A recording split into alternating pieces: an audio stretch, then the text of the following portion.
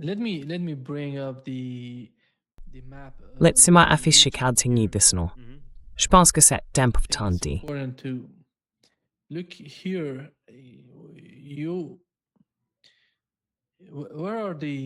Where is the front line? Où se trouve la ligne de front en ce moment? On a Luhansk d'un côté et Donetsk de l'autre. D'accord, par où veux-tu commencer? Yeah, Oui, du nord. the north. Allons vers le nord. Les zoom un peu. Oui, et ici Sumy, au nord-ouest de Kharkiv. West of Kharkiv. Northwest. Nord-ouest, nord-ouest. La province juste à côté, la province de Sumy. Continue, continue. Et maintenant, monte un peu, encore un peu. Voilà, Sumy. Oui, c'est là. There's Yeah, he's Sumy. here. Yeah. Sumy. So go up a little more and zoom in. Oui. Monte un peu plus et zoom sur Sumy. Non, un tout petit peu seulement. Zoom sur Sumy. Voilà, c'est bon. D'accord. Tu vois cette zone blanche? En fait, je peux prendre le contrôle, comme ça je pourrais te montrer. Can I get control over this? I'd be able to show you. Je pense pas que tu puisses reprendre le contrôle. You can't do that on stream. Okay. On Zoom. Oui, fais ça en direct. D'accord. Je pense que sur Zoom tu pourrais. Mais bref, regarde au nord de Sumy. Tu vois toute cette zone verte. Stop, juste là. Toute cette zone verte, juste au nord de Sumy, c'est une forêt, surtout à droite de la M07. M07. Ce n'est pas un H, c'est un M. Donc juste au nord de là, tout ça, c'est de la forêt. Cette forêt est en train d'être infiltrée en ce moment par les forces russes. La zone blanche, juste au nord de cette forêt, toute cette partie a été percée par les forces russes. C'est entre leurs mains. Non, descends. Descends un peu au sud de là, juste au nord de Sumy. Oui, cette zone-là. Elle est sous contrôle russe. Et les forces russes s'infiltrent à travers cette zone verte, à droite de la M07, là où ton curseur est en ce moment.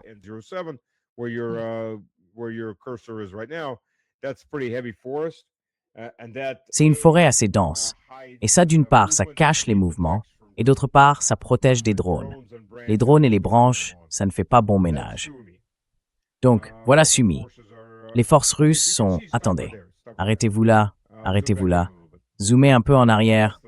Un tout petit peu. Voilà, stop. Ce que vous voyez à Sumy, là, ce sont toutes les routes qui entrent et sortent de la ville. Il y a aussi des lignes de chemin de fer qui y passent.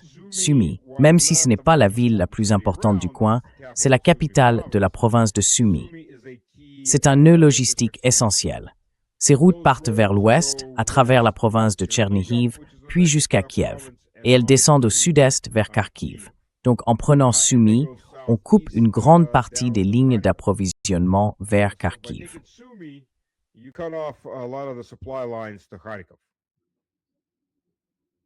Oui.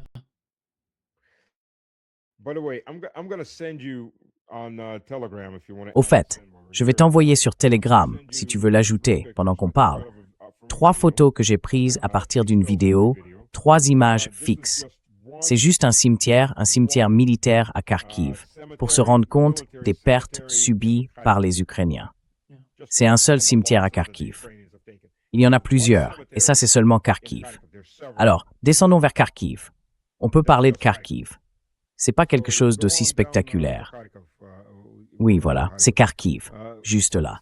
Allons un peu plus au nord. Tu vois le réservoir d'eau à droite de Kharkiv? Oui, ici Belgorod. Non, ça c'est Belgorod, oui. Et la rivière Seversky Don descend. Et il y a un grand réservoir d'eau à droite de Kharkov. Oui, ici. Oui, et juste au nord de la réserve d'eau, il y a Volchansk. Cette zone, cette ville est prise par la Russie. Oui, les forces russes ont traversé. Il y a une rivière qui passe au sud de Volchansk ou à travers Volchansk. Toute cette zone le long de la frontière est sous contrôle russe.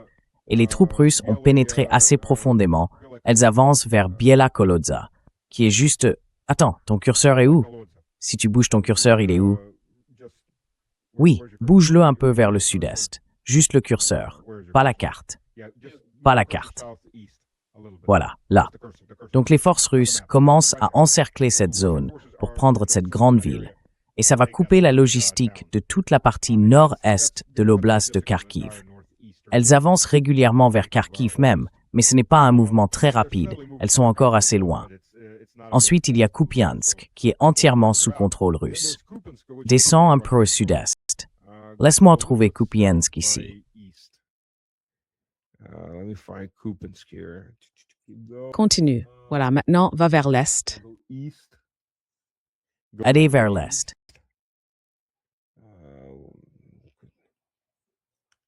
D'accord, descends vers le sud, vers le sud. J'essaie de repérer Kupiansk là-dessus. I'm trying to locate Kupiansk on this. There it is. At the very, okay, so. Voilà, bon, descends ton curseur. Encore, voilà là. Kupiansk, oui. Alors Kupiansk, c'est une ville assez grande. Elle est aux mains des Russes. Ça, c'était une grosse perte. Les Ukrainiens ont lancé ce qui leur restait comme grande contre-offensive. Ils ont mené une contre-offensive locale, ont repris environ la moitié de Kupiansk, puis ont de nouveau été repoussés. Mais l'idée ici, c'est que depuis Kupiansk, on peut lancer une offensive plus large pour couper cette partie nord-est de l'oblast de Kharkiv, qu'on regardait tout à l'heure. Et juste au sud de Kupiansk, il y a Krasny Liman. So south of Kupiansk is Krasny Liman. Laissez-moi trouver ça. Continuez. Keep going. Continue. Tu veux qu'on zoome?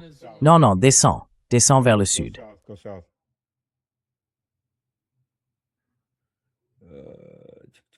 Keep going. Continuez, tout va bien. Okay, where's Krasny Liman?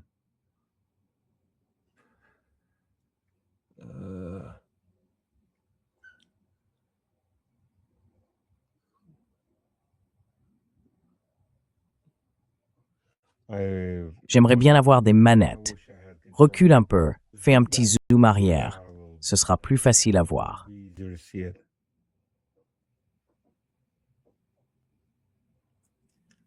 D'accord, ça.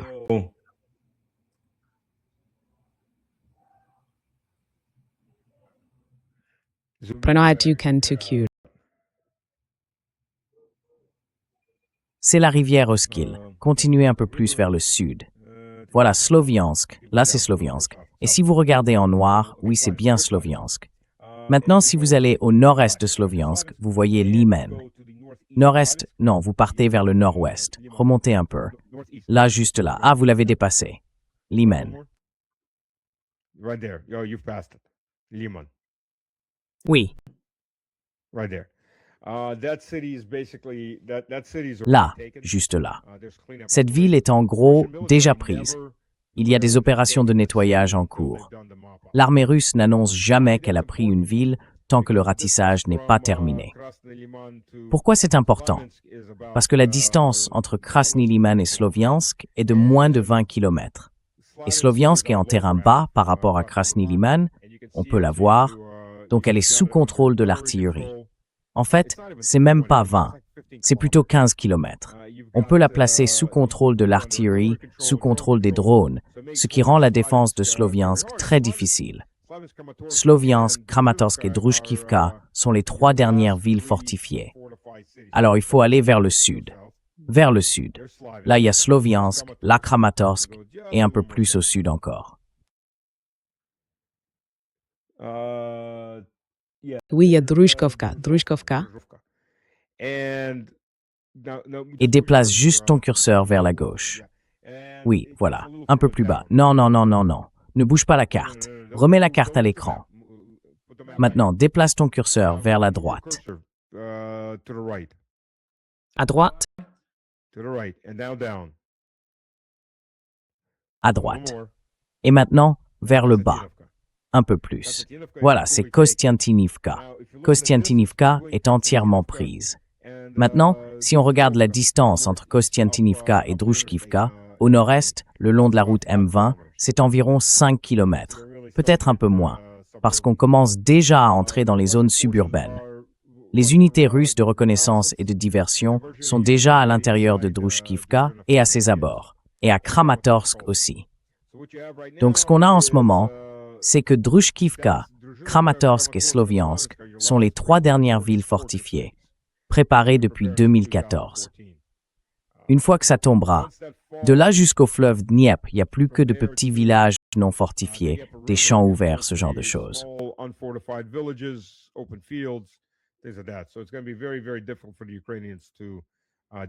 Donc ça va être très très difficile pour les Ukrainiens de défendre quoi que ce soit une fois que ça tombera. Ça, c'est la partie nord de tout le front. Louhansk est maintenant assez loin à l'arrière de tous ces combats. Donc Louhansk ne subit pas d'attaque directe, sauf quand il s'agit de missiles, HIMARS ou d'autres armes de ce type tirées par l'armée américaine. Officiellement, ce ne sont pas des militaires américains, mais en réalité, ce sont bien eux qui tirent. Maintenant, quand on passe dans le Donetsk, sur le front de Donetsk, si on va à l'ouest de la ville, attendez, ne bougez pas la carte, ne la bougez pas encore. Voyons. Oui, si vous regardez la E50 qui sort de Donetsk, il y a Avdiivka. C'est celle avec le panneau vert.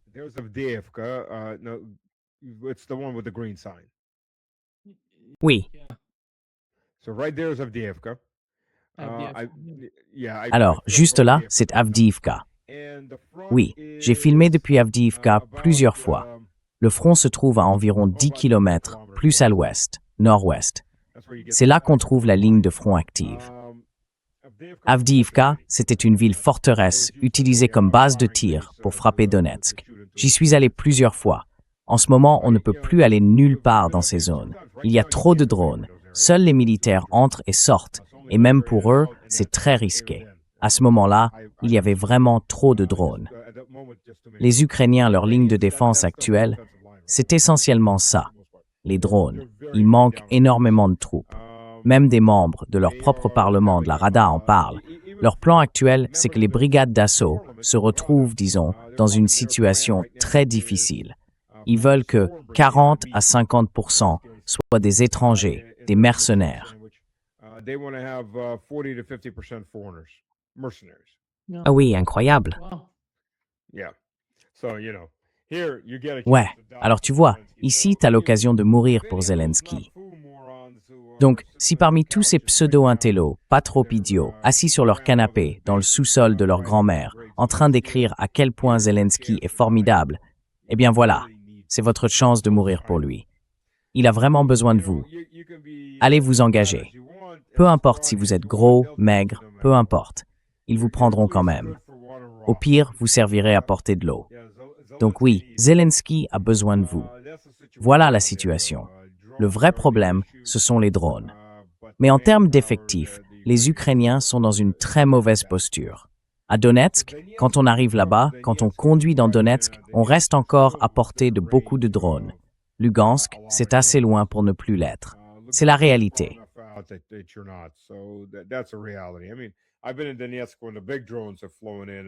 Je veux dire, j'ai été à Donetsk quand les gros drones arrivaient et qu'on entendait la DCA commencer à tirer. J'ai été à Donetsk alors que des drones étaient abattus à quoi? 20 ou 30 mètres de moi, des choses comme ça. Donc oui, c'est toujours une zone active. En ce moment, c'est devenu très dangereux parce qu'ils l'ont littéralement inondé de drones. C'est la seule façon pour eux de maintenir le front. Voilà la réalité aujourd'hui. Voici la photo que tu m'as envoyée. Ah oui, ça c'est juste un cimetière moderne près de Kharkiv, un cimetière militaire. Ce n'est qu'un seul cimetière et ça s'étend à perte de vue. Alors quand Zelensky dit qu'ils ont perdu 40 000 morts en 5 ans, eh bien il y a probablement 40 000 personnes enterrées rien que dans ce cimetière. Il y a aussi quelques autres photos que je t'ai envoyées de là-bas. Arrêtez. Oui, sur ces mêmes vidéos, puis pour un pahor toi, il y a des extraits kakim de spécifiques. Oui, Oui, oui. Passe simplement au suivant. Next one.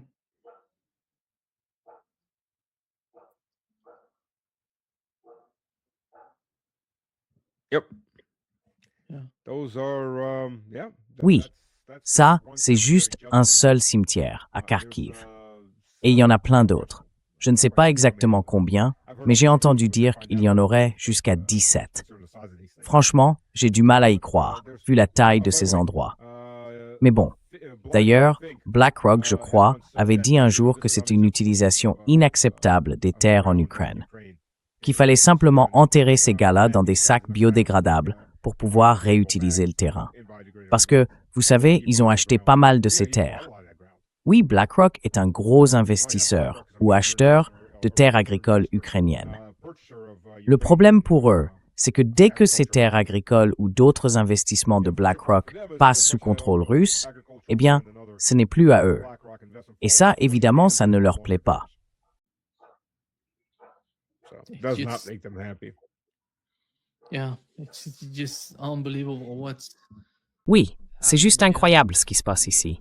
On a eu un nouveau rapport, et je ne sais pas ce que vous pensez d'une éventuelle confrontation entre la Russie et l'Europe. Moi, je ne vois pas ça arriver, pas dans la situation actuelle avec la guerre. Mais vous êtes sur place, vous savez, quel est le ressenti? Quelle est la perception? Le Télégraphe rapporte que la Russie préparerait une attaque contre la Pologne pour tester l'OTAN. Vous pensez que, enfin, est-ce qu'il y a vraiment quelque chose là-dedans? Pour moi, ils mentent, tout simplement. Je ne comprends pas la raison de ce genre de mensonge. Dire que la Russie attaquerait la Pologne, juste pour voir la réaction de l'OTAN. Qu'est-ce que c'est que ça?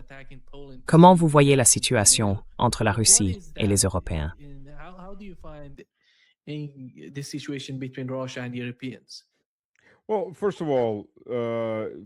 bien, tout d'abord, soyons clairs. La seule chose qui empêche la Russie d'attaquer ces usines qui produisent du matériel pour les Ukrainiens, c'est Poutine. La majorité des gens seraient plus qu'heureux de frapper, et de frapper fort, et l'armée pousse dans ce sens, et pas seulement l'armée. Et je pense qu'ils auraient raison. Des pays comme l'Estonie, par exemple. Parce que, vous savez, on a ces deux types qu'on appelle des farceurs. Mais en réalité, ce sont d'excellents espions, Lexus et Vovan. Ils appellent différents dirigeants, des dirigeants du monde entier. Ils se font passer pour Poroshenko ou d'autres personnes. Et ces gars-là finissent par tout raconter. J'ai déjà participé à leur émission une fois et j'ai parlé avec eux.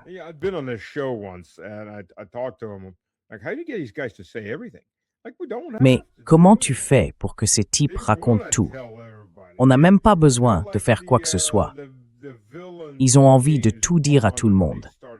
C'est comme les méchants dans les films de James Bond. Tu vois, quand ils se lancent dans un monologue et qui passent 20 minutes à t'expliquer à quel point ils sont géniaux et à détailler leur plan génial. Et puis, ils disent des trucs du genre « Ne touche pas à ce bouton, James Bond, sinon ça coupe le laser et il va te trancher en deux, te couper les... » Enfin bref, ce genre de trucs. Et oui, ils se mettent vraiment à parler. Ils ont même appelé le ministre de la Défense de l'Estonie et carrément, ils lui ont dit qu'ils venaient d'Ukraine, qu'ils étaient députés, je crois, ou quelque chose comme ça. Franchement, c'est incroyable.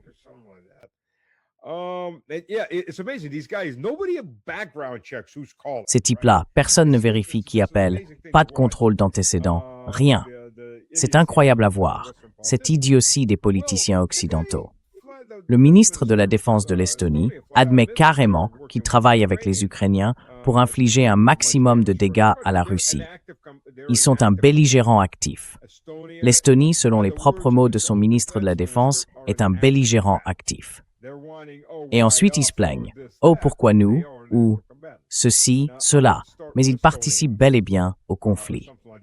Moi, je commencerai par l'Estonie, évidemment, ou quelque chose comme ça. Pourquoi la Pologne? Eh bien, c'est simple, parce que la Pologne a fini par dire que l'Ukraine était allée en Asie trop loin, Melnik. Ils ont réenterré Melnik. Voilà ce qu'il faut comprendre de l'Europe de l'Ouest.